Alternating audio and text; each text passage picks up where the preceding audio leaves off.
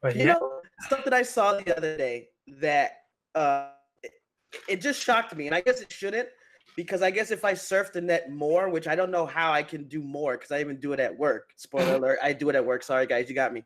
I didn't know that on Fiverr, they have a thing under gaming where people, mostly girls, will offer to play with you for money. Okay. Yeah, it's a thing. I'll put up a picture so you guys can see it. And I'm actually going to try and interview some of these girls just to ask them, like, what's that like? I mean, after hearing about an actual legitimate service where you can pay somebody to cuddle with you, I mean, there's people that do that where they have a studio and you go in and you either sit on a couch or lay on a bed with someone. No sex, no nudity, nothing like that. Just cuddling. And people pay for that. Now we have services, $5, $10, $20 for hour, couple hours to play various games, and they'll put a list. They'll say, I'll play Fortnite, I'll play PUBG, I'll play this, I'll play that, I'll talk with you, blah, blah, blah. And people pay for this. It's not like they're sitting there and it's just at the bottom of Fiverr, no one's using it. No, this person has thousands of reviews and clients. And I'm just like, what world are we entering? We found the evolution of the cuddling. Yes, really. This is legitimately the online version of cuddling, especially for gamers. It's like, I played with a girl yesterday, and then the next obvious question is, did you pay for it? And then the person nods their head and starts to cry. That's like, yeah, the head goes low. It's like, yeah. Yeah. I had sex yesterday. Did you pay for it? Hey, why'd you ask me that? Hey, as the old what was it, Lonely Island song goes, still counts. It still counts. Yep. It's still, hey, the achievement is unlocked, dog. You can't do anything about that. I hit it. Whatever. Everything else is gravy on top of that.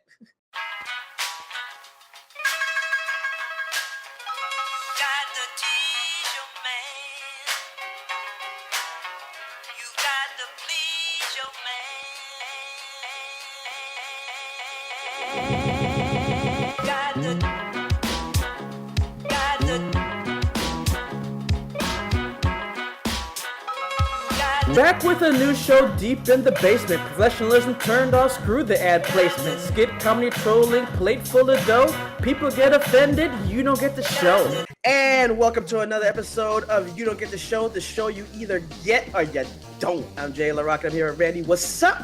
What's up, what's up? We are doing the last show of 2018, and it's been a roller coaster of a year. We are powered by the Obsolete Gamer Network. You can find us on YouTube, Podcasts, Podbean, iTunes. Give us likes, comments, I don't care. Hey, we actually got a really good comment on our previous show, Geek Style, when we were talking about Christmas gifts. And we had a person that responded talking about how they had to do different things to get their Super Mario Brothers 3. And I reiterated my story about how I went over to my uncle's house and they were having a family get together, and the whole family started playing music and started dancing. And I was like the cool dude that sat in the corner and didn't want to dance. And then my uncle showed me a present that looks like the game box. And he's like, well, I guess whoever dances the best will get this. And it looks like it's pretty fun. Of course, I got my ass up quick and started dancing like Carlton. And it was like, yo, I got to get me paid, and I got the game. But we do appreciate any of the comments you guys leave, so please continue to do that. Yes. But you ready for the new year, Randy? Yeah, about to get this over with. Let's roll into the new year. All right, so what we're talking today is all the controversies that came through in 2018, and there was a lot of them, gaming controversies. And we're just picking some of the ones that were just intriguing or crazy or conversation worthy to us. And there's plenty of them. So we're not going to go through all of them. And it's kind of more of a commentary of what has been going on. And I want to start first. This is basically what was, I guess, depending on who you ask, it was either considered the Jessica Price controversy or the ArenaNet controversy. And those are the makers of Guild Wars 2. Do you know about this one? No. Okay, so Guild Wars 2 has been out for a while, and just like any game, you'll have a bunch of people who are really into it. So basically this was a conversation on social media on Twitter, which we always know that that's always destined to go wrong if you say anything that offends anybody. Basically, there was a conversation about like narrative storytelling. And it's kind of funny because this has kind of come up in some other games, including like Fallout 76, where they talk about how since you're playing as your character, how do you give that character their personality? How do you give them their voice? You know, when it's not a character that you're seeing with voice acting and, you know, it's just a face like Master Chief. You know, you're playing. How do you do that? Now, she's a developer. She's been doing this for many years. You know, she's on the narrative writing staff. And they were talking about like how it's difficult to do this, to tell the story with the world so that people will be able to garner what your character is like from that. But then she was saying how there was like shortcomings because when you do that, it makes it harder for someone to feel like your character is really putting an impact on the world. Then you're not just faceless hero guy that's going out. So basically, in a sense, she said, specifically in Guild Wars 2, The Living World, we can write the commander with a bit of wary exposition, a hint of impatience, a touch of, okay, I'm done fooling around with this crap, I'm going to take charge. So these are kind of like giving you bits of like their personality. So if they respond, oh, let's go kill this guy, or I'm doing this for the righteous, or stuff like that. But it says that, but most of their lines have to be pretty devoid of personality, because if we give them too much personality, it might clash with how the player is imagining their commander, which I can understand because you've seen this even in books where someone will read a novel and they'll think visually of a character and how their personality is, even if the words are in there, but they'll just think, oh, maybe the character's motivation is this. And then you come and find out when the movie comes out that it's different. And some people will be jarring like, no, I didn't think she did this because of that. She did this because her parents were killed. And it's like, no, not really. That was part of her personality, but it was this. That's like my kind of thing. Like, it's funny that you mentioned that whole like novel thing, because it's like, I was just discussing this with my wife, where it's like, it's so different when you watch a movie and then you read the book. Yeah. Because you read the book and you have your own interpretation of how the characters look and how they act and all that. But then you watch the movie and you're like, I don't understand. But you have to think of it of you're looking at it from the director's perspective, as that's how they interpreted the character and blah, blah, blah. And we only did this because we saw Ready Player One last night. Yeah. And I like listened to the audiobook, which phenomenal book, but there's so many differences in the movie from the novel. Not bad, but it's just like, oh, that's where they went with that, you know, like type of things. Anyways, continue. I derailed your Oh, no, not at all, because it goes into it, and this was a good discussion. She went in and said, so how do we tell a TV-like season of a story with a protagonist who can't really have a personality? And then she says, the answer to that, I don't know. Maybe this is too much of how the sausage gets made, but what do you want from me? Any sense of shame I have burned out a long time ago. Now, before I go on, I just want to mention that in the articles that they talked about how Jessica has always been a tell it like it is kind of person. You know, she's not the kind of person that's like shy or extremely careful. She's not vulgar or anything like that, but she'll just lay it out with you. She'll just tell you how it is. And a lot of that does come from being on the internet. I mean, look at Trump. That's what Trump is trying to claim, that he's telling it like it is. So it kind of fits in. But she says that basically the trick is sleight of hand. And then she said, we suggest that the commander has a personality in how the other characters interact with them or react to them. Even there, we have to be super careful. We can't have them directly characterize the commander. So it's like if someone else, your other characters, how they react, what they say is kind of supposed to be, I guess, a commentary on the personality of you. But that's not always true either, because you could have friends who see you in certain contexts and they think, oh, this guy's a wild party guy. And it's like, no, not really. That's just how you are when you are around them. So that's how it started. So this was on Twitter, and it was like explanation of like basically how to give a character, how to give a personality to your guy, and the troubles with that. So basically after that, there was some talk about, you know, how that was going on. And there was a YouTuber, a streamer, Derrier, who basically has really into Guild Wars 2, knows it in and out, plays it, gets paid to play it, commentaries on it, everything like that. So he responds after that, really interesting thing to read. However, allow me to disagree slightly. I don't believe this issue lies within MMORPG's genre itself. I believe the issue lies in the constraints of a living story narrative design. When you want the outcome of to be the same across the board for all players' experiences, then yes, by design, you're extremely limited in how you can construct the personality of the PC. But if instead players were given the opportunity to meaningfully express their characters through branching dialogue options, then perhaps players would be more invested in the role-playing aspect of that particular MMORPG. Nonetheless, I appreciate the insightful thread. Now, if you think about that, that's not bad. Yes, the person gave their opinion, saying they slightly disagree. But if you think about it, they start off saying, hey, thanks, this was interesting. Allow me to even he put in like the quotes, slightly disagree. But this is kind of where it went wrong after that, because this was her reply. She says after that, actually, I lost it. Oh, okay. So she responded, today in being a female game dev, allow me, a person who does not work with you, explain to you how to do your job. So basically, she was saying, like, she was expressing, hey, it almost sounds like someone's mansplaining to me how to do my job. Some random person, right? And it's like, so then after that, later on, it's like, she says, like the next rando asshat who attempts to explain the concept of branch and dialogue to me as if, having worked in the game narrative for a fucking decade, I have never heard of it. It's getting insta-blocked, PSA. So basically, at this time, he comes back and he's just like, wow, we can't have this discussion like this. It didn't have to be like that. And it went back and forth. Now, granted, after that, you had a lot of like attacking. You had people coming and defending Jessica. You had coming and attacking her. You had people defending him and back and forth. And in the end, actually another person that came out, and his name's Peter, and he ended up backing up Jessica, and in the end both of them ended up getting fired. And then that created a firestorm. It was like, oh, you fired her because she spoke her mind.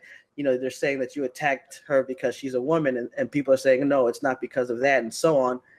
And in the end, you still have two people that got fired for that. And there was it was just one of the big controversies with people on both sides talking about it. And the strange thing is, because of the whole Me Too movement, and just how internet has been, especially with politics, how people just go and get outraged and attacked on the internet, it just blew up into this thing over who was right or who was wrong. And there had been like tons of articles about who was right or wrong in this case. And I just want to say that the problem is that whenever you work for a company, and this is what a lot of people have unfortunately found out, that you will get in trouble if you say the wrong things. I mean, I worked for companies where I had to do things online.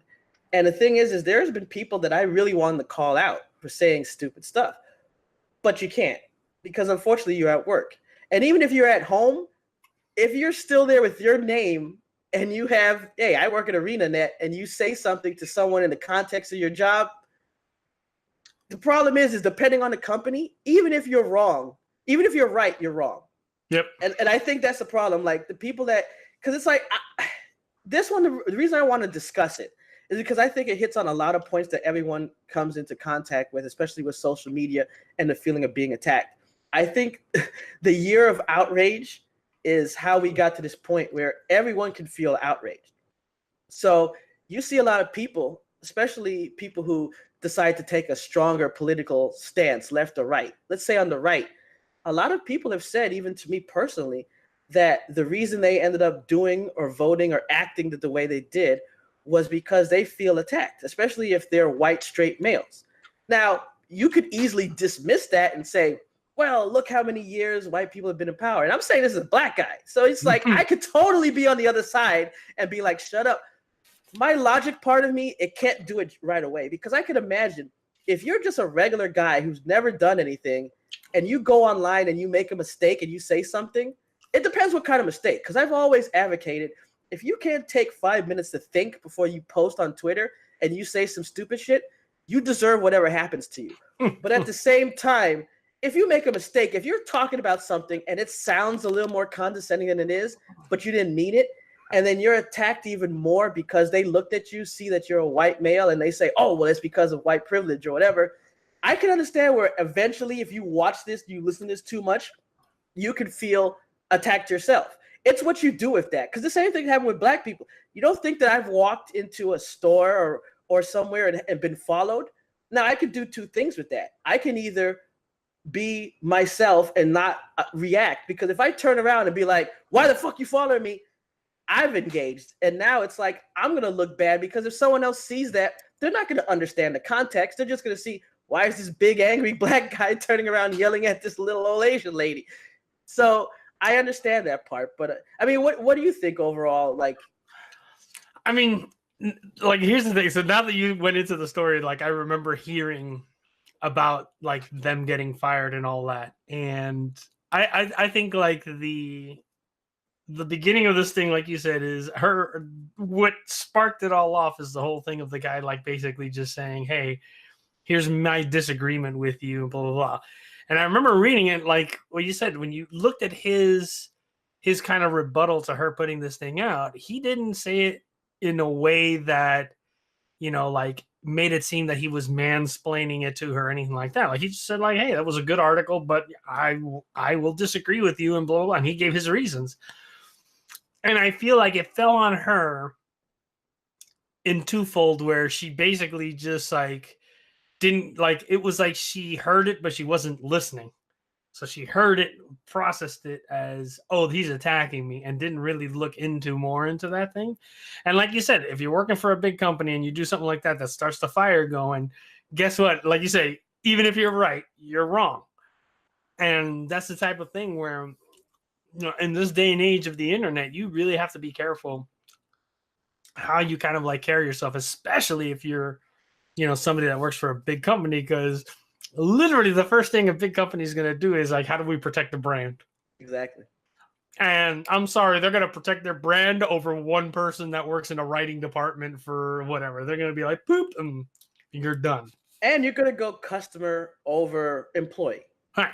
You know, I mean, maybe if you're the CEO, maybe they'll try to find a way to like smooth things out. But if you're not one of the top guys, and even then, I mean, we've seen where people have gotten fired for saying things. Usually they have a pattern of it. It's not just one time. It depends on what's said, of course. Yeah. But yeah, it's you're going to end up losing it. And here's the thing that I think everyone has to remember. The thing about when the internet started, right? You had the ability to go two ways, right? You could go yourself or you could go persona. And I think what people kind of lose the fact of is that no matter which way you go, you're still representing yourself. You're an ambassador to your country. And I think people like, they don't think about this. They think that if they shoot something out into the internet, it's like whatever. And if some people like it, it's fine. If some people don't. But you got to remember that just like someone else actually have a brand, whether it's a celebrity or a company, even you, if you have 5 followers, you're still kind of the same, except it's just a brand of you and the other possible people around you that could be affected by what you say. So what happens is that in this case for Jessica, she was representing herself. She may have felt attacked and felt I have to defend myself, but I think she lost fact of I'm still acting as a representative. And in this case, it's worse because it's not just a representative of the country of Jessica, it's also of Guild Wars, of ArenaNet. And that's the problem. Like, you come back and you hit somebody, that's people don't want that. Companies are going to be like, I mean, you see that in the NFL, you see that in TV or anything. It's like someone could come at you hard. I mean, unless they really come out and say something like a racist word or something, you're probably not going to have nothing that you say that's going to let it be. You're either going to get fired, suspended, censured, or something. But I just think that, unfortunately, this just created more divides because more people were like, hey, I'm with Jessica. I'm with this guy. This is wrong.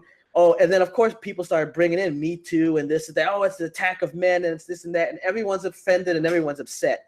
So it's like it was just one of those big controversies, which of course because of the internet and there's a next controversy around the corner, it faded out, and it's you still have some articles about it, but it's just one of those things that really caught my eye. But I just think that in the end, it's one of those things that people just got to realize that whenever you're speaking, you're representing your brand, whether it's a big brand or a tiny brand. And you got to be ready for any kickback whenever you say something. That is true. So for mine, so I had a couple that I came up with, and I started going through and saying, like, what would I think is probably one of the ones that was way bigger and all that. And funny enough, we did actually discuss it in one of our shows. So for me, my big thing that I thought was probably like one of those controversies that it was like, damn, what were you thinking?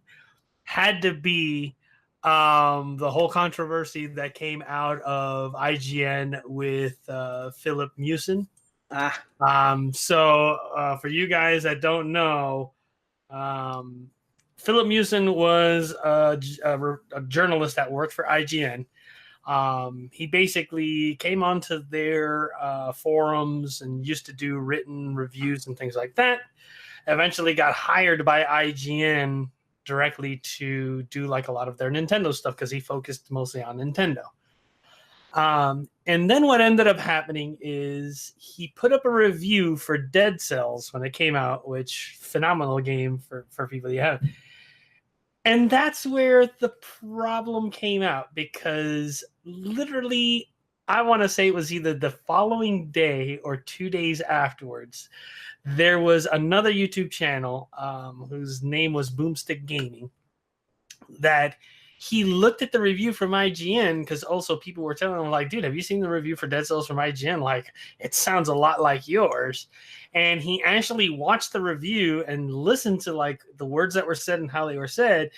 And it all started as a simple tweet of like, hey, at IGN, it would have been cool to at least have gotten some credit, for you guys using what I put in my review of Dead Cells and all that. Now, people can sit there and say, well, if this guy released it at the same time, that was where the thing kind of like started, is because Boomstick Gaming had released his review about a week to a week and a half prior to IGN.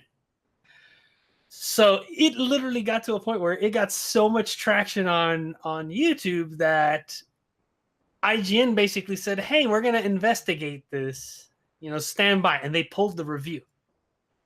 And sure enough, a day or 2 days later, IGN was like, hey, they basically determined, yeah, you know what? That review went up and it is like, it is like it pretty much was plagiarism. And they end up firing Philip for it. Now, the thing that was really funny was at this crossroad, you could sit there, if you look at it as being a journalist and you plagiarize something, you could sit there and come out and say, you know what? I did it. I'm sorry, blah, blah, blah. And it happened. And as the old saying goes, people are willing to forgive, but they'll never forget. And that was, I think, where it came out, because Philip Mewson then came out and was like, oh, I don't know what these people are talking about. I didn't plagiarize. And then he got called out, I believe before, by a guy at Kotaku, one of the editors. Yeah.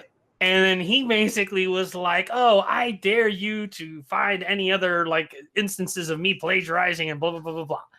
And yeah, if there's one thing that you should know in today's day and age of the internet, is never challenge the internet to find information about you, because they will provide. Oh yeah. What was phenomenal is the same editor that he called out through Kotaku basically started getting all these people sending him links, and he'd come out with another article saying, hey, he challenged us to find it. Here are every single one of the instances of plagiarism that we can find. And he literally had a link to the original and a link to Philip's either written article or video article. And he had a good 8 to 10 of them. And it was like, okay, so not only did you not admit that you plagiarized, you challenged them to find more, which they did. And that was the big thing that people then were like thinking, like, well, now he's like painted himself into a corner. And what I could only say was essentially internet gold was what happened to him after his firing, after everything. You're talking about a month and a half. He had a YouTube channel that he used to do his reviews on beforehand. He puts up a video of a review. And of course, first things right away is people were like, okay, is he going to like address the elephant in the room? What's going to happen? This and that. And sure enough, he starts the video off as, I had to like sit there and think about doing this video a bunch of different times and blah, blah, blah. And he's like, all right, let's address the elephant in the room. And the thing that's funny is he kind of apologized, but not really. And what I mean by that is he started to say like, something happened while I was working at a big da-da-da-da-da-da. And he's like, and you know what? And the way that he kind of like played it off was saying like, oh, I wasn't the one that wrote it. I was the kind of quote unquote like the head of that article written.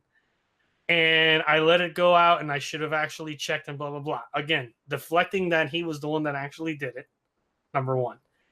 Then on top of that, where everyone was sitting there going like, oh, well, at least if he apologizes to Boomstick Gaming, like, at least that. Does he do that? No.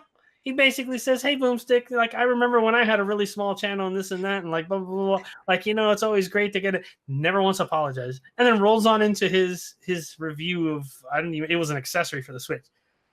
If there was anything that was hilarious about watching that video, other than watching the non-apology, was literally the fact that almost every single comment in that comment was, oh, man, that's a really good review. I wonder what website you pulled this one from. Like, literally.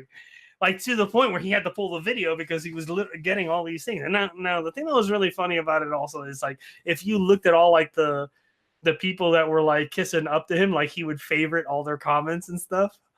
So it was, like, just so funny. And to literally see other people in the industry that he had worked with and interviewed and all that basically come out and put out statements like, dude, you need to apologize for what you did and like move on. Like, don't not apologize because you'll never get work doing that. No, hands down, he's probably never going to get work no matter what. But like people were saying, like some of the guys were like, dude, if you want to be taken serious, like you need to go and apologize for this because there's no way that you're going to come back from this. And if you don't apologize, no one's ever going to believe a single thing that you write, even if you do start writing your original stuff. And it's just so funny in the fact that I think he only came out with one other video after that video. And it's same thing. He kind of glazes over like the whole thing and still will not apologize or anything like that. And just like, and like you said, same as kind of like that story is that got thrown out there. IGN was the first one was like, let's find out if this is, oh, look, it is. Well, guess what? We're going to sit there and we're going to save face being us, the company, Yeah, and the thing is that I think that people don't understand that companies have to do this because you have no idea who's up there at the top. It's like when the whole thing happened with like Roseanne Barr and getting kicked off of her reboot of her show. Mm-hmm. It's like they're like, oh, but she said these things in the past. That doesn't mean anything. It's like when people say the excuse, oh, well, some of these older men were used to slapping girls on the butt and call them this and that, and they grew up like that. There's nothing you can do. No, you can still tell them it's wrong. Mm-hmm. Doesn't necessarily mean it's going to work, but you still can tell them it's wrong. And the company is different. So maybe if that would have happened 10 years ago, they probably would have like said, oh, we don't agree with her, blah, blah, blah. But, whatever. Right. But today, no, you can't do that. You're going to get out of there. And that's why you have to know. Again, this goes back to knowing your brand. It's like you're out there and you think if you're trying to sell yourself, you got to look and be like, it doesn't matter if I have a guy that has just a little YouTube channel that has, 1,000 followers or I have 1,000 or 1 million followers. It's still my brand. And how I act I should look at other people and see how I act. Like, haven't you seen online or on TV or in movies what happens when someone does something, gets busted, all you want is an apology, and they dance around it? When does it ever work out for them? It never does.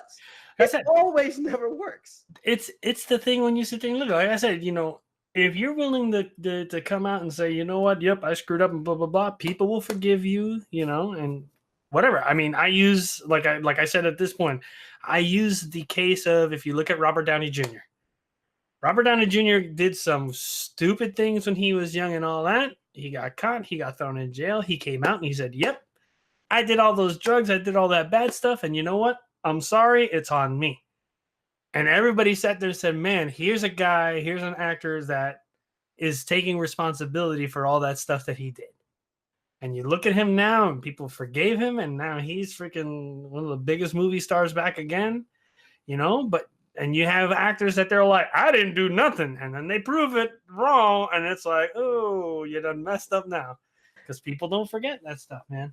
And I think that what happens is we've gotten to the point where we're way too quick to attack, or instead of defend. Like, we're defending ourselves, but we're attacking too. Yeah. And people don't like take the moment to see how that looks. It's like when he says, "Oh, I remember when I have a small site," even if in his mind, which I don't believe it's this case at all, but even if in his mind he was saying that to be nice, it's not going to come off that way in context. Context is key. If someone is telling you that you messed up, you know you messed up, you need to apologize. But then you go on and you gloss over it and then mention like, "Oh, well, I remember when I was small," like as if like you're nothing, or you're like, "You have no right to speak to me because I'm up here."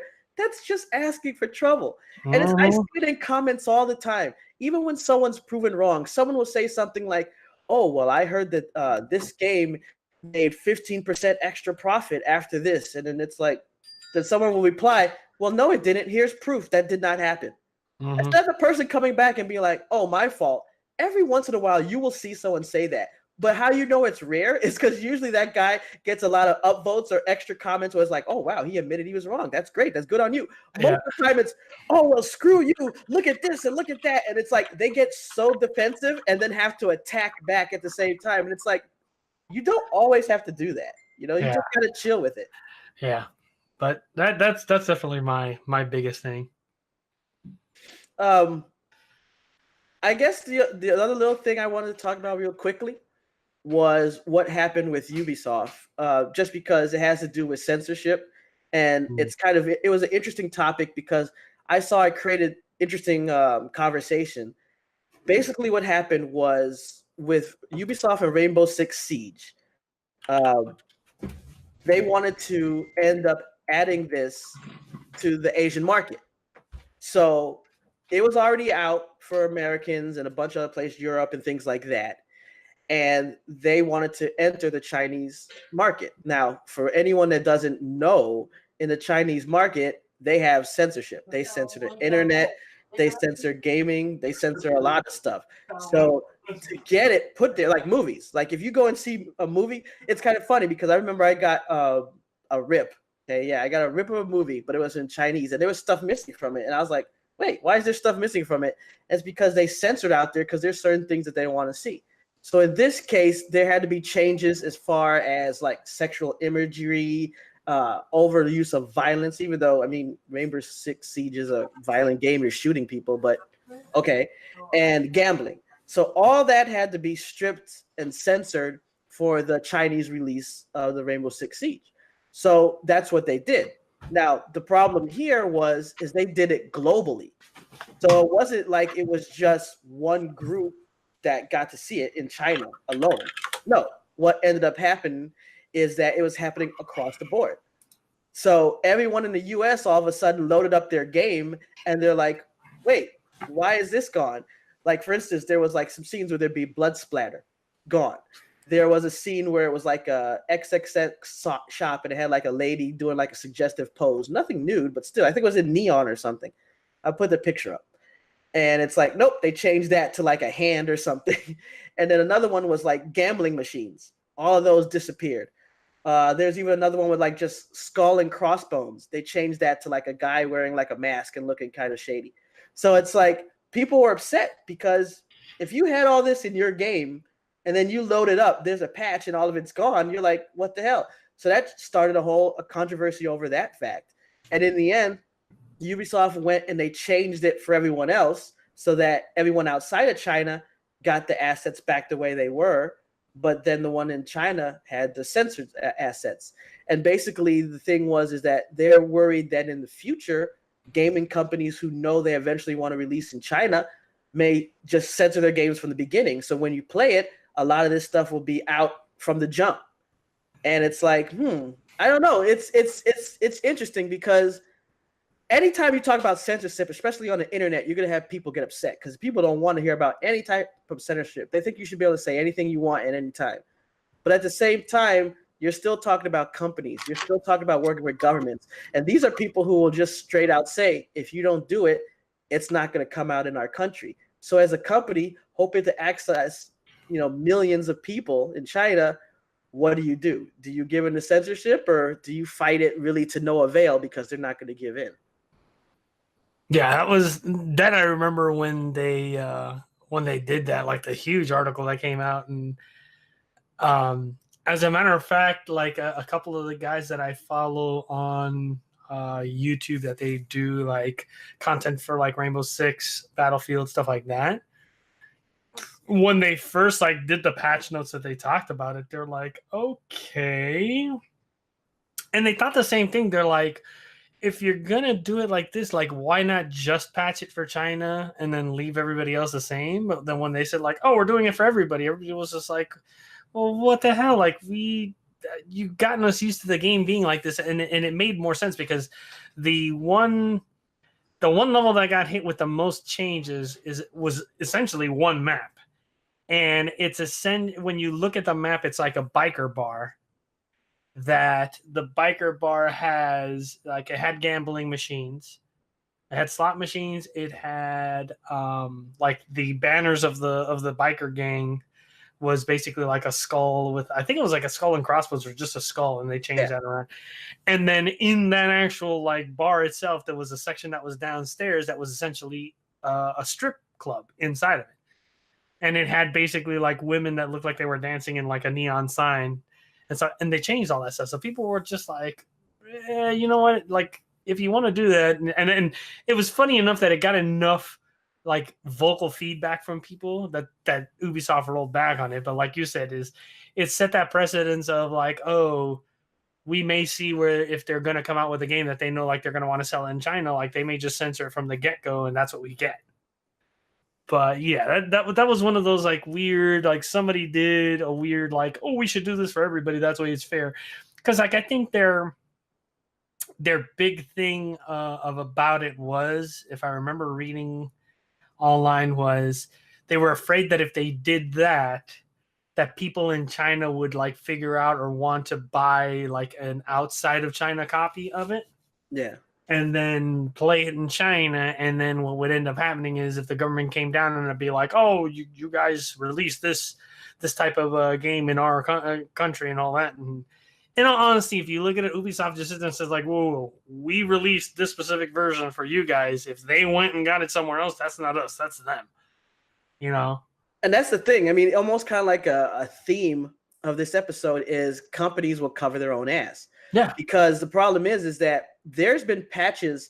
Like, we know that there's certain games, like I was reading about even in a Far Cry 5, how there was a glitch that showed nudity. And how they build the models is they start off as nude models. Like there's no like specific genitals, drawn in, but there's breasts and there's the area, so you can still be nude. So they came out with this little code where you could kind of almost activate the glitch.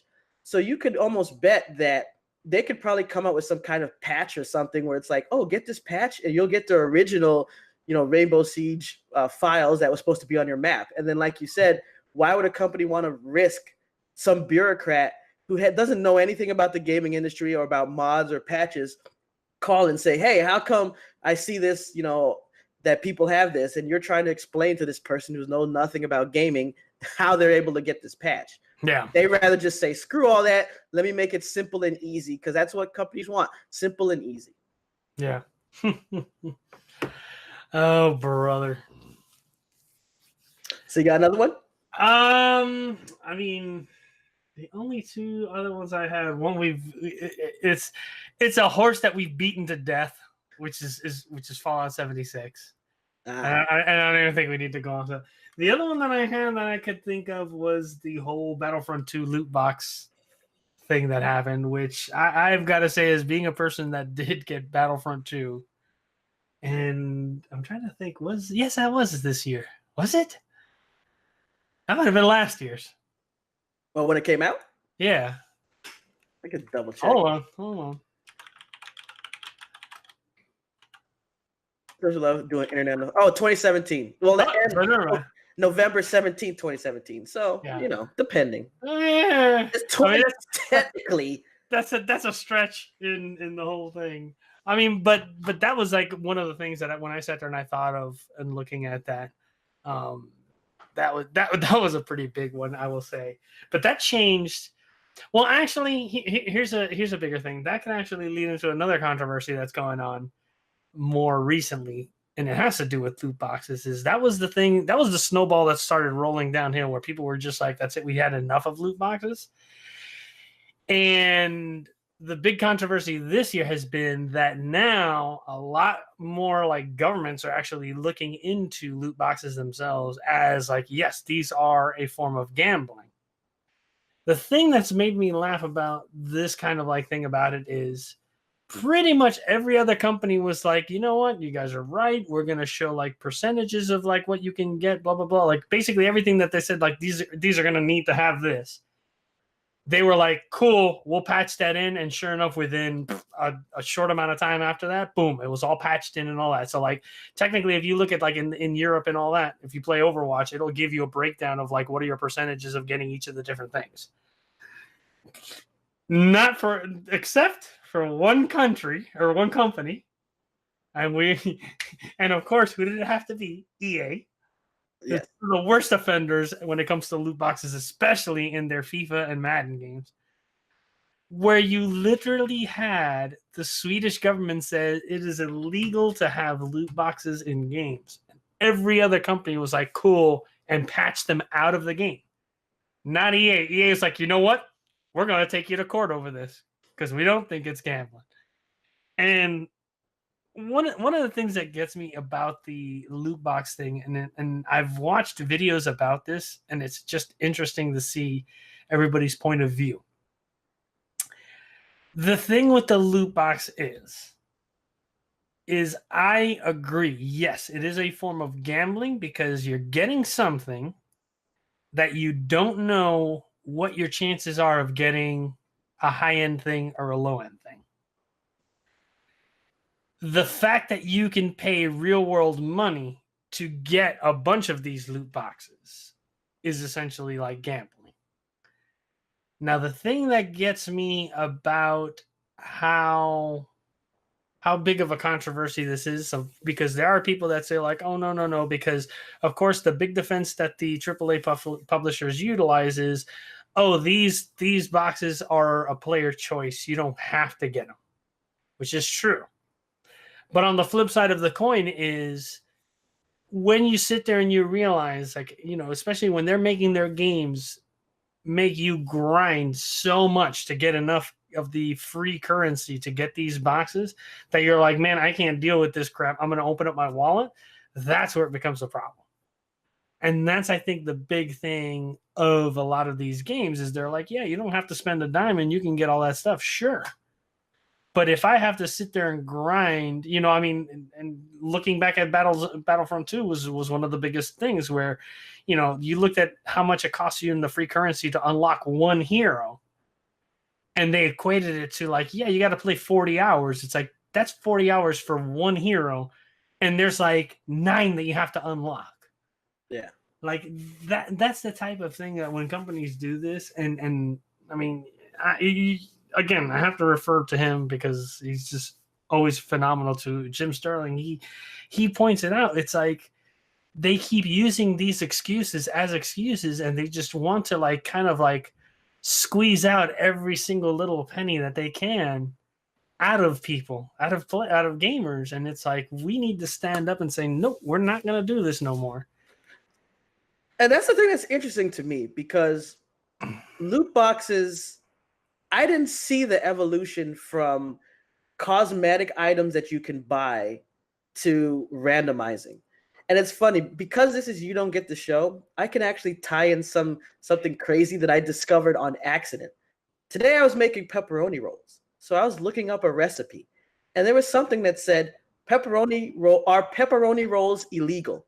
And I had to click on that because it was like, what the hell? Apparently, there was a law that was put in West Virginia, of all places, that makes pepperoni rolls illegal. And the reason is because you can't see what's inside the roll. So you don't know what you're getting. So the idea is that you need to have transparency. So if I'm buying, I need to know the such and such is inside. That seems insane, but if you think about it, that applies to loot boxes because you don't know what's inside. Right. Like if you know that you want to get, like, let's say you want a mount, like in Heroes of the Storm or something like that, but you know there's lots of spray cans and banners and things that you probably don't really care about. So you have no idea what's in there. And on one hand, you could pretend and say that that's fun, but on the other hand, when you continually not get what you want, you feel like it's terrible.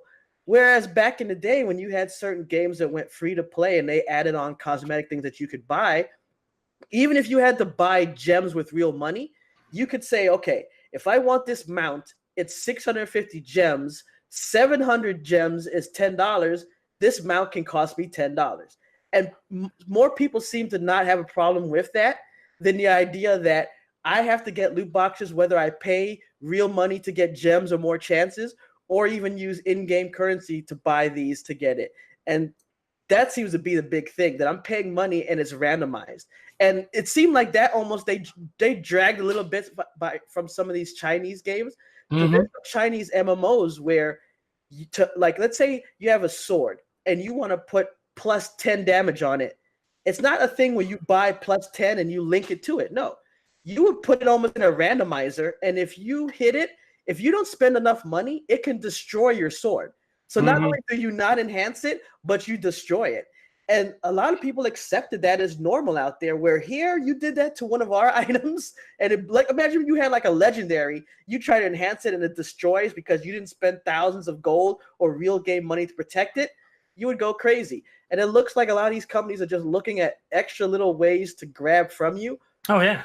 But what I don't understand is when you got games like Fortnite, who are just like, hey, you can buy these cosmetic things with real money if you want, and look how much money it's made without really necessarily having to use loot boxes per se, even though they got pinatas and stuff, but that's different. Yeah. I don't see why it has to be random, plus you're paying money for it. That's the problem. I mean, here's when you sit there and you look at it, it's like, you know, it's funny that you mentioned Fortnite, because Fortnite now introduced that whole like the season pass thing where you pay like the $10 or whatever it is, and then you get an extra tier stuff. Yeah. What I find funny is like these companies are trying to find their ways to sneak in ways to get money. And biggest example, if you look at it right now, is Call of Duty Black Ops 4. Call of Duty Black Ops 4 came out, and that thing was like, here you go, here's your game, go ahead and play it. Everybody reviewed it. Hey, it's great, doesn't have microtransactions. That. What did these sons of guns do? They patched it in after the game was out for a couple months. Because you log in now, and now you got in-game currency that you could buy.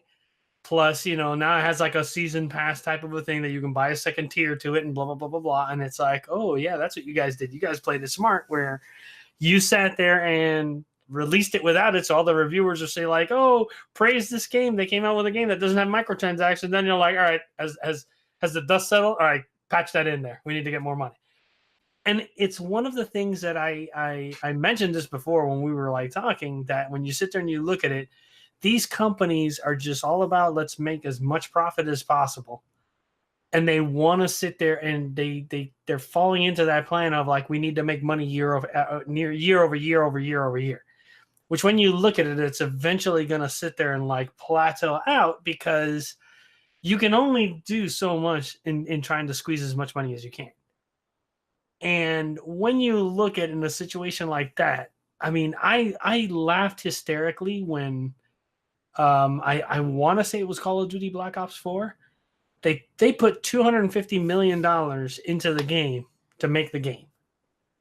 The first 3 days that they sold the game, they made $500 million in sales. They doubled their investment. Yet they sat there and said like, oh, it was a failure.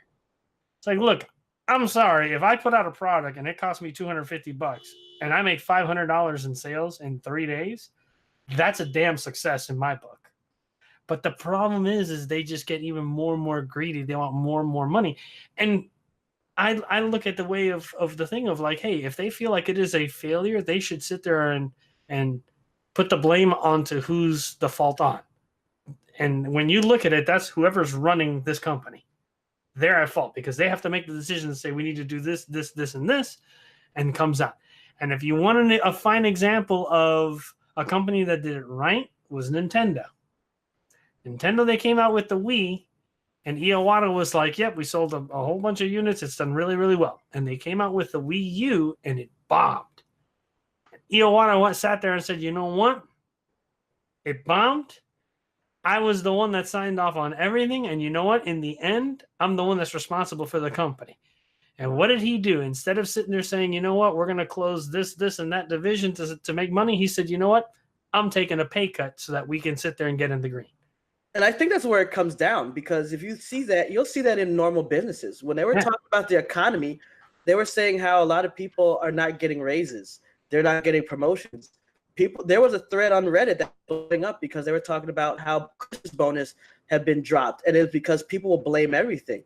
Mm-hmm. And unfortunately, we're sometimes easily played because we can use something that is already a hot button topic. Like, for instance, when the whole Affordable Care Act, Obamacare, came out, mm-hmm. regardless of the politics, people use that to not give people raises. People use that to cut hours. And the problem is that if you already hated it, or you just don't like Obama, or you didn't like Democrats, then you could use that. And what you don't realize is you're not really defending your point. You're just actually helping someone else to screw you over later, because you're like, yeah, that's right. They cut my hours from 40 to 35 because of this act.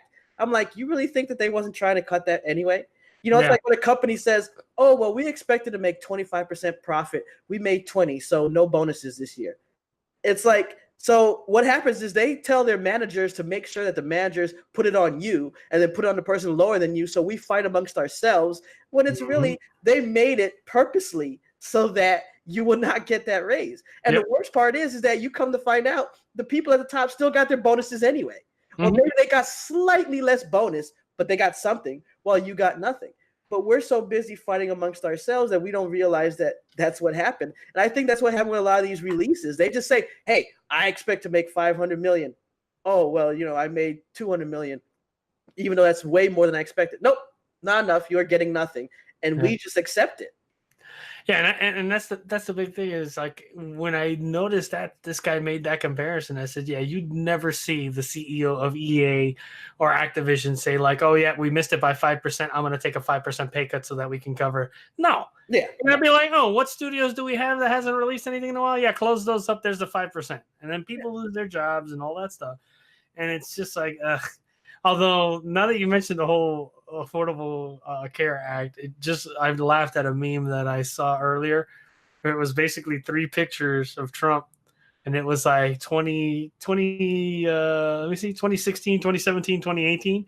It's like 2016, I'm gonna make Mexico pay for the wall, and then 2017 is like Mexico will pay us back for the wall, and then 2018 is like I give me my money for my wall or I'm shutting the government down. And I'm like, well, that is so true right there. And I think the problem is that we so often want to be on a side. We so often want to attack someone that we don't like, or someone that we feel that is attacking us, that we lose perspective. And it's like you see it all the time. And unfortunately, what people don't realize is that you're being played. And the worst part is that a lot of these people tout themselves as being intelligent. They'll say, oh, I went to college, I read, I do this. But then they'll say something and you realize it's said with anger and emotion, which it's like, I don't want to sound like some Vulcan, but unfortunately that's going to screw you up. Because it doesn't matter how smart. I mean, look at how many people you see that smart that end up doing something like, slapping their wife or something like that in an emotional outburst. That's because they let emotions, rage take over, and they did something dumb that normally they probably would have never done. Doesn't excuse that. You're still going to get in trouble, and you should get in trouble. But it's because you got so emotional over something.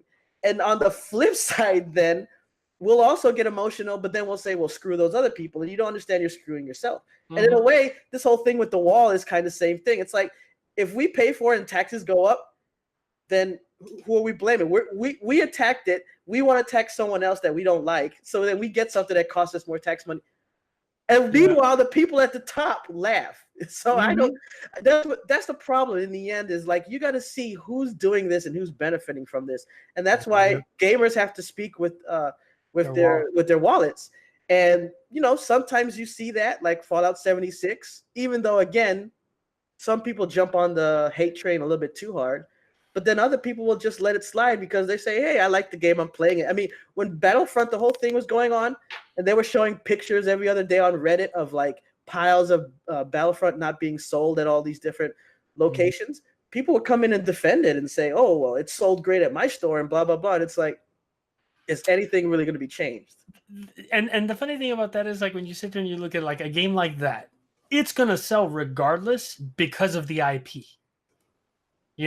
Like Star Wars will sell a good amount because it's Star Wars. You're going to have those people that are going to come out and defend it no matter what. Same thing kind of like with Fallout. The thing that was funny about Fallout is, I mean, we all jumped into it. Like you, me, a whole bunch of the guys from Red. I jumped into it because we're like, oh, cool. Hey, it's a Fallout game. Like, that's always been fun. And we jumped into it, and it's like, damn. Like, it's missing a lot. It's not horrible. Like, it's playable. But at the same time, man, it's missing out a lot. And even though I've seen the flaws in the game itself, I'm still enjoying the game because it is kind of fun to just, like, roam around in a world of Fallout and just see these things. And like I said, the last time we were playing that, I went into the swamp area that was like completely different than any of the areas. And I saw this mountainous thing and I'm like, what is it? Like, and I caught it and I look at it and I saw it just turn and look at me. I realized, like, oh, that's a Mirelurk Queen. I'm going to leave that right over there. Like stuff like that in the game is really interesting. And for me, at least, like, let's say in the Fallout thing, I love the way how these little differences in each of the different areas of just like how big of an impact it is in the game. Like the area where you start off as opposed to the like that really highly irradiated area where it's like the water up north, to when you go down south to the ashlands, to the swamplands. Like it's such a different like biosphere when you go around that it's amazing.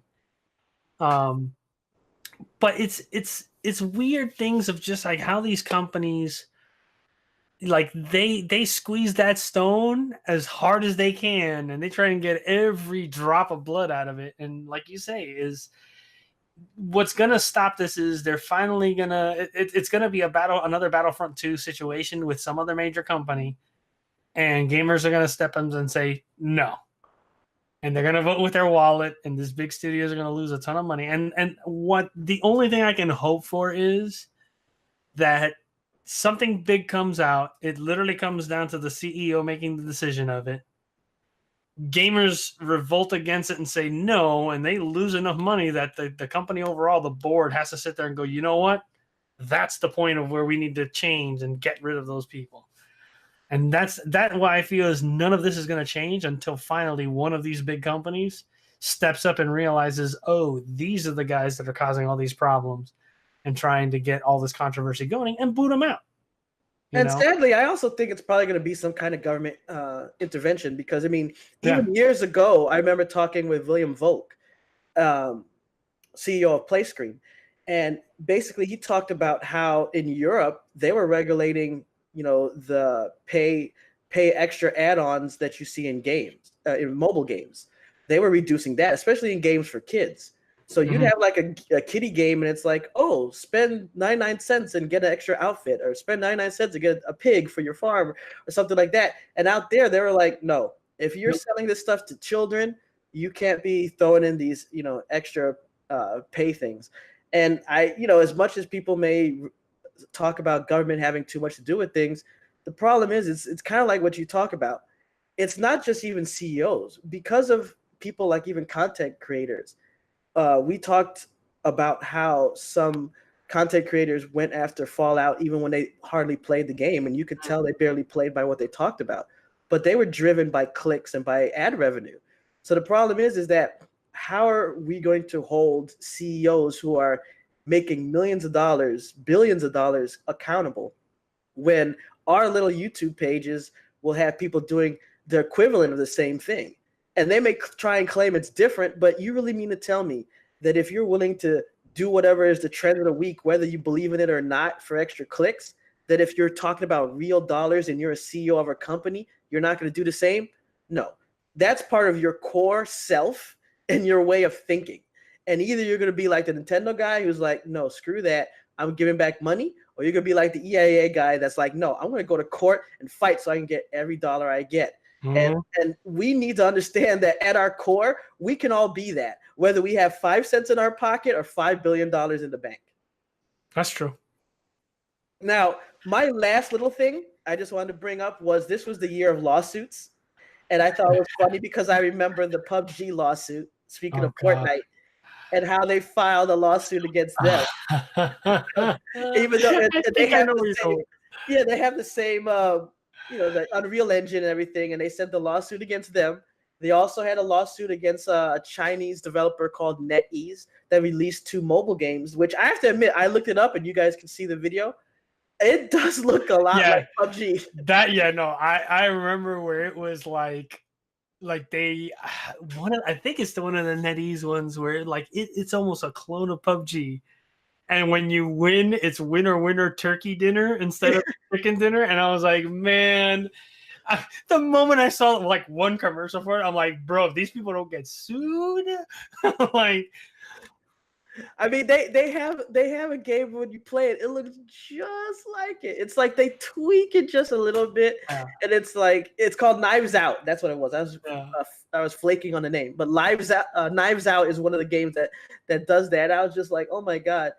I'll put it this way. Now that you're saying the whole thing about PUBG suing, I got one even better for you, and I'm pretty sure you probably would have gone to this. Is the fact now that we have not just 1, but 2 people suing for the dances. Yes. The fact that they put that one rapper put it up, and then all of a sudden, the actor that played Carlton on freaking Fresh Prince sued him for the damn Carlton dance. I was like, yo, this is just the tip of the iceberg. You're gonna see anybody that's ever done any dance that's in that game is just gonna come forward and be like, yeah, we're suing you too.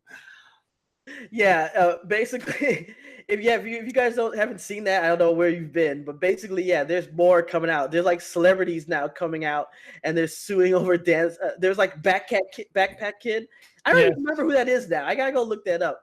But he's suing him too. Yes. Oh my god. So here's the thing that I read an interesting article when the second lawsuit came out against Fortnite. Some guy wrote an article and he was saying it's interesting to see that this is now starting to happen, but the thing that the guy that wrote the article said, do these guys really have a case? Can they say that they've copywritten the dance? Right. You know what I mean? And I was like, and I started thinking about it, damn, he makes a point. How are they going to prove that they were the ones that came up with the dance type of a thing? Where, I mean, the actor that plays Carlton, he's been doing that thing since the Fresh Prince of Bel-Air TV show, which was ages ago. That's the one I think has the strongest. Right. Alfonso Ribeiro, his name. Yes, that's his name. I think he might have a claim because it was on the show. So I guess if the show, because see, that's the thing that's kind of strange. If the show says, oh, this dance isn't property of Fresh Prince of Bel-Air, the company or the show, it is, then I guess he could do that.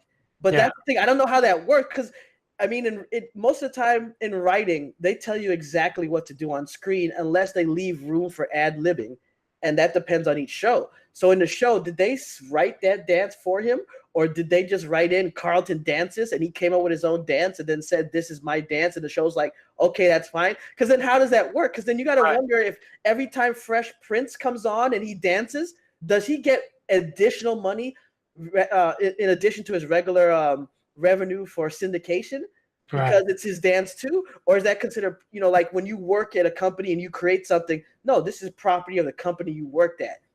I don't know. That's a good question. Right, because that's the type of a thing where you look at it is he would have a good merit plus the Backpack Kid, because that video was way, way, way before, Fortnite came out. So it's it's got to make you wonder, what type of precipice they have of is this gonna actually like work for them or not? Because yeah, like you say, with Alfonso's claim, it comes down to whether they put in there, like, come up with a dance, and then he did that, and they realize like, hey, the audience loved that, like that's what you're gonna do from now on when he dances, or was it something that, like you said, somebody wrote it in the script of like, you're gonna dance, and they taught him that dance, some choreographer or something like that. Then at that point, then it's technically wouldn't be his, it would be the choreographer that would have the right to do it. So like it's going to be interesting to see, because I have a feeling one of two things is going to happen. Either this is going to get the whole like hoopla, blah blah blah, so I'm just going to come in and say, you know what, like it's open property and they could use it, boop, and case is gone. Or the judge is going to sit there and go like, you know what, yep, you own that dance, boom, and he's going to have them force out, and then you're going to see everybody come out. Yeah, because even in like I remember in World of Warcraft, you have dances that's kind of like the Saturday Night Fever dance. You had a Michael Jackson dance. Even emotes. Some emotes are kind of like from movies or something, or like you're like, wait a minute, I know that emote from somewhere. How far do you go with that? Yeah. So that's going to be interesting to see, at least that, just how far that goes. But like in your case in point, like I know a lot of the PUBG stuff. I know there were some that they were like, I know they got some of those mobile games taken down completely. And I remember they really pushed hard on the mobile games right before they released their version of the mobile game. Because they were like, wait a minute, and the funny thing is, like, to think about it, is it could be the popularity of these mobile games is what made them say like, oh, we should come out with a mobile version of our game. I think it is, because when I was researching the Knives Out, I was looking at the reviews. It wasn't bad reviews. It had pretty good reviews. And so if you think about it, if it comes out and it's not terrible, like it's one thing if you make a terrible clone, you still may want to speak up because A, it's your property, and B, you don't want someone to tarnish your brand with a terrible clone. But this game looked good and people seem to like it.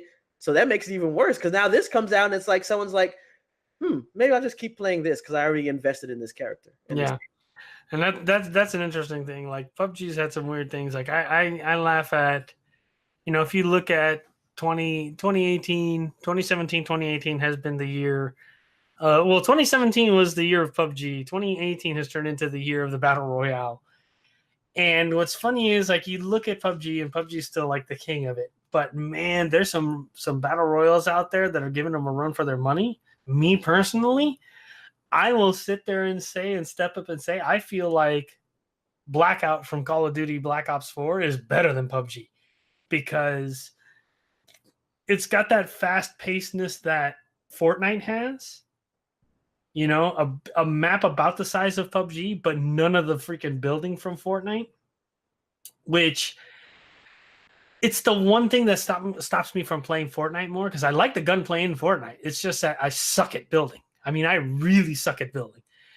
And I understand why they put the building mechanic into their Fortnite, and they basically said it was like, oh, it was intended as you could build cover as you were going between cover to cover.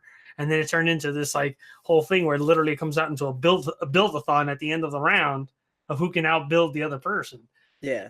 And I've heard they're toying with ideas of changing around how the building mechanic is, because now it's gotten to the point where even the Fortnite developers are like, yeah, we never intended it to be more focused on the building than the fighting. So they're already tossing up ideas as to how to limit it. And one of them, I saw like a YouTube channel that I follow, Jack Frags, where he says that they did this like limited time kind of like mode in Fortnite, where it limited how much of the resources you could collect. So they made it where you could only collect like 40 wood and then only 20 stone, 20 metal. So he's like, when you sit there and you look at it, like 40 wood is enough to build like 3 walls and that's it, or something like that. And he was saying like it really then focused the game on focusing on the gun battles, because you realize you couldn't build up a ton of stuff. And he was like, he really enjoyed that mode. And then as soon as it went back to normal, he was like, all right, I'm out. Because it was only limited for a short amount of time. And I was like, damn, I never thought about that. I'm like, that if they were to do something like that, then I'd be interested in doing it, because like I said, I suck at building. And the thing is that when I look at some of the better players, a lot of times it almost looks like at the end of the game, It's who can build something to avoid getting hit, and then the other person fires a rocket or something and it hits the other guy. And it's like, that's still a skill in itself. But man, if you think about it, if you're a really good builder and a halfway decent shooter, you could still win a lot of games, or at least get it to the top 10, top 20. Whereas if you're great at shooting and tactics, but not good at building, you probably aren't going to win, because in the end, the person will be building and you'll be trying to build, and then he'll get a random shot on you, and that's it. And that was one of the things that I liked about PUBG, the building mechanic, was it gave you access to areas that, like in PUBG, you're running. Oh, wait, here's this huge wall that I can't cross over or blow up or whatever. Now I got to run along the wall, and here comes the bubble, and I'm gonna get stuck in it until I can get around this wall. Whereas in Fortnite, like, oh, I'll build stairs that I can just hop over the wall and I'm done. And in that sense, that's where I felt like Fortnite had a really good like standing power. But like you said, and like I said, is once it got to a point where it's like it's a build off at the end. I mean, hell, I found it great that they came out with the what was it, that item, the Porta Fort, which it basically just threw down an item and it popped up a freaking fortress there. Like, that was great, because I was like, oh, I can actually build a building I can hide out in, But it's just, I don't know, man. Like, they're milking that cow till they're getting freaking powdered milk out of it. You know what I'm still waiting for, which I think we had a mod like it long time ago, I think in one of the Battlefields. I'm still waiting for a G.I. Joe versus Cobra game. I think if you did that, you could do it Battle Royal, you could do it Team Deathmatch, you could do it just regular teams. I think that'd be great. I'm talking about with everything. I'm talking about you can select from their guide. Because, I mean, think about it. Imagine if you could, that was your characters, all the G.I. Joes, all different Cobras. You could pick them. You could pick their crazy weapons. You could pick their crazy vehicles. You could even have their bases and stuff like that. And their maps would just be different G.I. Joe maps over and over. I mean, to me, that's a game in itself. I have no idea why someone hasn't created that. All I've seen is like mods, some better than others, that were kind of G.I. Joe. But man, I'd love to see it. Like, I'll tell you this right now, that would be a nightmare to program. All those different vehicles. Well, it depends. Think about Battlefield. They're taking real world stuff. So, I mean, what's the difference between that and a HISS tank? It's like, even though they did have a lot of stuff, it's just the same thing. It's just a crazy looking tank, or like their stealth bomber thing that had the mini plane that you could eject into. So I think that'd be fun. Now that you mentioned Battlefield, man, I got so pissed off at Battlefield. So they've, on like a little side note tangent thing, so they released like a couple weeks ago this thing called Tides of War, where it's basically like a whole bunch of missions that are aligned together. And then like the first one was around like you helping out your team. So it was like the first challenge was like, oh, like revive 10 people in a match, And then it was like the next one was like, oh, resupply 10 people with ammo as a support, so stuff like that. And then at the end of it, you got like a gun or a cosmetic for a helmet and all that. Which, what I like that they're doing is they're like, oh, if you don't unlock it through here, like they're going to make it available in the store that you could use the free currency to unlock. So it's not like, oh, I missed out on it, I'm not going to get it. So the last challenge, which was this week, revolved around their grand operations, which was their new mode. So like it was something that the operations was something that they introduced in Battlefield 1, where it was a map where you had different sections into the map. So the way that they did it is like the first one would be like a conquest type of area, and then it would switch into like pushing the objective type of a thing and stuff like that. What they did with Grand Operations was they did that, but now they made it into 3 maps as supposed to be 3 different days of a specific battle. So it was really cool how they did that. And literally this week's challenge was like, oh, you had to just complete a Grand Operation was the first one. And apparently even EA came out with it and they said, oh, hey, there's a bug in it where it's not registering you completing it. So they're like, if you have done this stuff and completed the things, like just reach out to our support group and then we'll be able to help you guys out. So sure enough, I reached out today because I'm like, look, the other night I was playing with my friends. Like I sat down for a couple hours, and I usually what I do, so I know, because it doesn't tell you in game, there's no way for you to look up what you need to do. What I would do is I would take photos of each of the different objectives on my phone. So that way I knew once I did it, because it comes up with a little thing that tells you you've completed this thing, you've completed this thing. So you can move on to the next one. So I knew exactly what I needed to do. And in my play session of a couple of hours, I would have been able to unlock the gun that they had for this week. So I'm like, you know what? I'm going to open up a support ticket and see what happens.